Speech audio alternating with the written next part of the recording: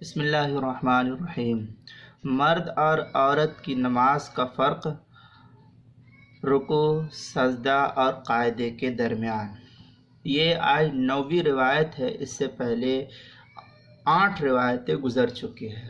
9ویں روایت میں حضرت ابراہیم نے حضرت خالد بن لجلاج رحمۃ اللہ علیہ سے نقل کیا ہے، کہتے ہیں کن النساء یؤمرن ان یتربعن اذا جلسن فی الصلاة ولا یجلسن جلوس الرجال علی اوراقہن یتقی ذلک عن المرأة مخافۃ ان یکون الشیء منها۔ اس روایت کو مصنف ابن ابی شیبہ میں نقل کیا ہے، حدیث نمبر 2799 پر، کتاب الصلاۃ باب فی المرأة کے تحت۔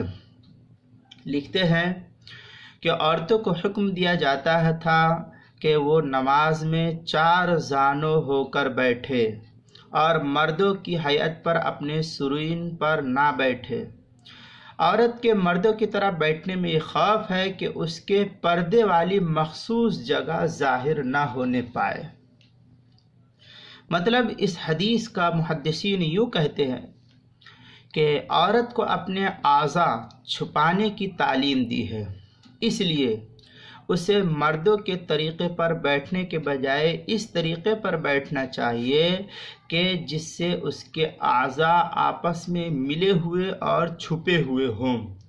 اس لیے بعض فقہا عورت کو نماز میں 4 جانب بیٹھنے کو مستحب قرار دیتے ہیں، لیکن ہمارے فقہا نے حضرت عبداللہ ابن عمر رضی اللہ تعالی عنہما کی حدیث جو اس سے پہلے گزری ہے، اس کے مفصل اور مرفوع حدیث کے درجے میں ہونے کی وجہ سے 4 زانو بیٹھنے اور اس کے بعد اپنے دونوں پاؤں کو ایک طرف، جس کو تورک کہتے ہیں، عورت کو داہنی طرف نکال کر بیٹھنے کے ذکر کرنے کو افضل قرار دیتے ہیں۔ لہذا عورت جب قاعدے کی حالت میں بیٹھے گی تو اپنے دونوں پاؤں کو داہنی طرف نکال کر کے سرین اور رانوں پر بیٹھ جائے گی۔ یہ عورت کے لیے بہت زیادہ پردے کا باعث ہے، اور یہی حکم جو ہے دیا بھی گیا ہے۔ یہ کل 9 روایتیں آپ کے سامنے بیان کی گئی ہے۔